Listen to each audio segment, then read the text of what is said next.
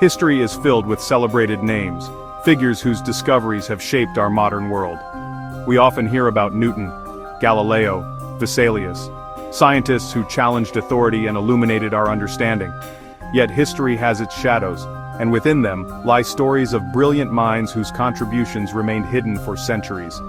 One such story is that of Ala al-Din Abu al-Hasan Ali ibn Abi Hazm al-Karshi al-Dimashqi, a name that might not roll off the tongue, but one that belongs in the pantheon of medical giants. We know him more simply as Ibn al-Nafis, physician scholar, true pioneer from the 13th century Islamic Golden Age. Our story begins in the year 1213 in a small village near the ancient and magnificent city of Damascus.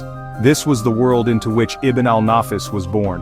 Damascus was not just a city of markets, mosques, it was a thriving center of learning, a beacon of culture and intellectualism in the medieval world. Imagine a young boy growing up amidst the echoes of scholars debating in courtyards, the scent of parchment and ink drifting from libraries, the constant exchange of ideas from across the known world.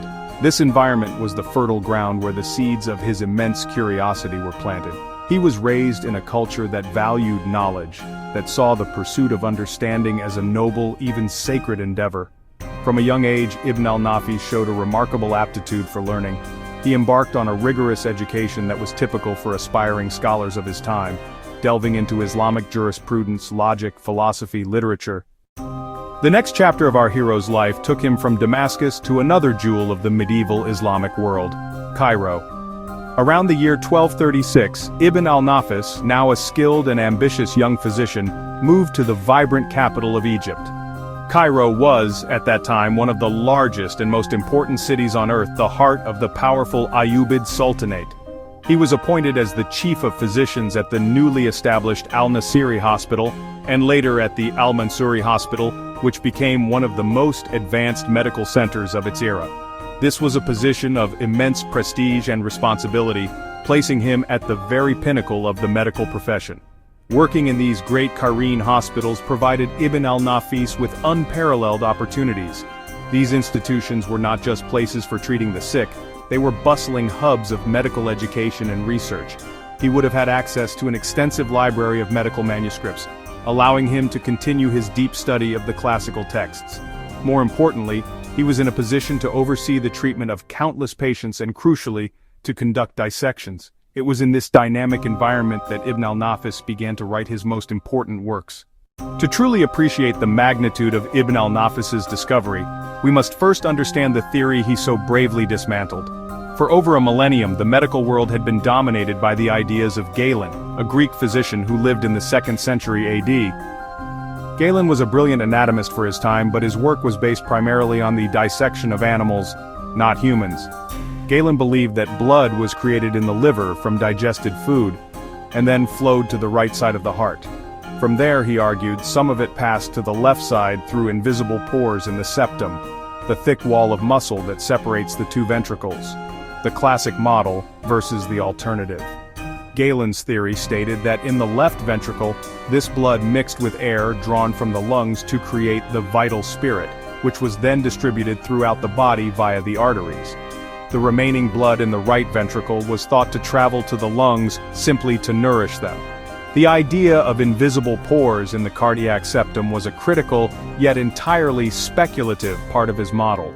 No one had ever seen these pores, but Galen's authority was so immense that his theory was accepted as fact. Enter Ibn al-Nafis. With the sharp eye of a skilled anatomist and the clear logic of a philosopher, he scrutinized Galen's claims. Having likely performed or witnessed post-mortem examinations, he declared with confidence that the septum of the heart was solid and impermeable. Section 5. The Journey of Blood. Unveiling the pulmonary circuit. So having boldly declared the heart's septum to be a solid wall, Ibn al-Nafis was faced with a critical question. How does blood get from the right side of the heart to the left? His answer was revolutionary. Using logic and anatomy, he proposed a new pathway. If blood could not cross the septum, it must take a detour. Blood in the right ventricle is pumped into a large vessel, the pulmonary artery. It carries blood to the lungs. This opposed Galen's view that blood only went to lungs for nourishment. In the lungs, the blood spreads through the tissue. There it mixes with air. The lungs act as a site of transformation. The blood becomes aerated. That aerated blood collects into another vessel. the pulmonary vein. It carries blood from the lungs back to the heart, into the left ventricle. From there, the vitalized blood is pumped to the rest of the body. This is the pulmonary circulation. Therefore, the blood, after it has been refined in the right cavity, must be transmitted to the left cavity, where the vital spirit is generated. But there is no passage between these two cavities. The thick septum of the heart is not perforated. Therefore, this blood must be transmitted from the right cavity to the lungs. The work of Ibn al-Nafis was revolutionary, not just for what it discovered, but for the scientific method it embodied. He was not merely speculating, he was building a new theory based on direct observation logical deduction. His declaration that the dissection of the body gives a more certain knowledge was a powerful statement about the importance of empirical evidence. His discoveries also extended beyond the pulmonary circulation. While describing the flow of blood to and from the heart, he also made crucial observations about the heart itself. He was the first to describe the coronary arteries, the tiny vessels that supply blood to the heart muscle itself. Galen Avicenna had believed that the heart drew its nourishment from the blood stored within its own chambers. Ibn al-Nafis correctly argued against this, stating that the heart muscle, like any other organ, required its own dedicated blood supply. He replaced a mystical explanation with a physical one, elegant, logical, mechanically sound, and had the bravery to refute the great master when evidence demanded it. Despite the monumental importance of his discovery, the work of Ibn al-Nafis faded into obscurity. His description of the pulmonary circulation had almost no immediate impact, particularly in Europe. For centuries, physicians followed Galen's flawed model: Padua, Bologna, Paris. It is one of history's great ironies. The correct understanding of blood circulation was documented, filed away in a library, lost for nearly 3 centuries. His discovery was embedded within a commentary on Avicenna's work, not published as a standalone revolutionary text. It may not have been widely copied or circulated beyond his circle. Cairo, Damascus. The decline of the Islamic Golden Age and events like the Mongol invasions disrupted knowledge transmission. Whatever the reasons, medicine moved on as if it had never happened. Not until the 16th century was pulmonary circulation rediscovered in Europe. Michael Servetus, 1553. Realdo Colombo, 1559. Scholars debate whether a Latin translation of Ibn al-Nafis reached them. Andrea Alpago had spent time in Syria and translated works of Arab physicians. In 1924, Muhyo al-Din al-Tatawi, studying in Freiburg, found a manuscript in the Prussian State Library, Berlin, clearly describing pulmonary circulation, predating Servetus and Colombo by 300 years. The rediscovery of Ibn al-Nafis's work in the 20th century was more than just a historical correction. It fundamentally changed our perception of the history of science. It demonstrated that the path to modern medicine was not a simple linear progression from ancient Greece to Renaissance Europe. The Islamic Golden Age was not merely preservation, it was a period of intense innovation and original discovery. Ibn al-Nafis stands as one of its most brilliant examples.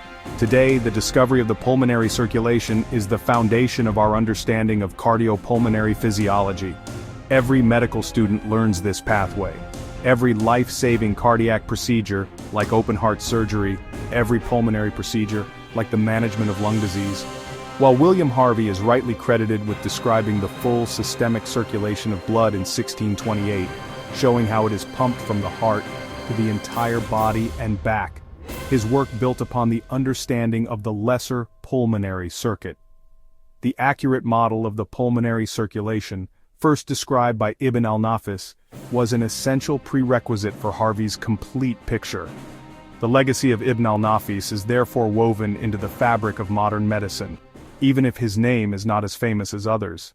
The incredible story of Ibn al-Nafis is, in the end, a profound lesson about the nature of discovery itself. It teaches us that progress is not inevitable. It is driven by individuals who possess a restless curiosity and the courage to question what everyone else takes for granted. For over 1,000 years, the world accepted Galen's model of the heart. It took one person, looking with fresh eyes and an open mind, to see the truth. Ibn al-Nafis did not have advanced technology or modern imaging equipment. He had his intellect, his powers of observation, and an unwavering commitment to logical reasoning. It was his curiosity that illuminated the path forward. This spark of curiosity is something we all possess. It is the force that drives a child to ask why, It is the engine that powers the scientist in the lab. It is the historian in the archives. It is the artist at the easel.